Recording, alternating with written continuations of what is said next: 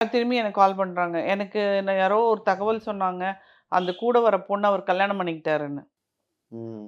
நான் கேட்டேன், "கூட வர பொண்ண கல்யாணம் பண்ணிக்கிட்டா, நீயும் இருக்கியே! அப்ப நீ அதுக்கு அகெயின்ஸ்டா நீ கேஸ் போட வேண்டியது தானம்மா! நீ தானம்மா ஃபர்ஸ்ட் ஒய்ஃபு" அப்டின்னேன்.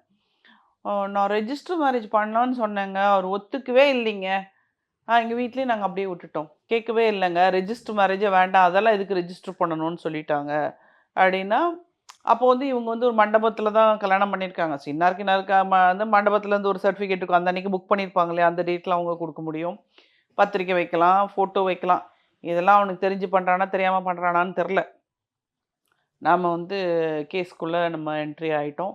நம்ம அத வந்து பார்க்க ஆரம்பிச்சோம். பார்க்க ஆரம்பிச்சபோது ஆ அந்த அக்கம் பக்கத்துல அவங்க இருந்த பழைய இடத்துக்கிட்டலாம் நம்ம விசாரிக்கும்போது, இவருக்கு ஆல்ரெடி ஒரு திருமணம் நடந்ததாகவும், அவங்களுக்கு பொறந்த குழந்தை தான் அந்த பெண் ஓ! குழந்தையும், ம். அந்த அந்த அம்மா வந்து இறந்து போயிட்டதாவும் எங்களுக்கு தகவல்.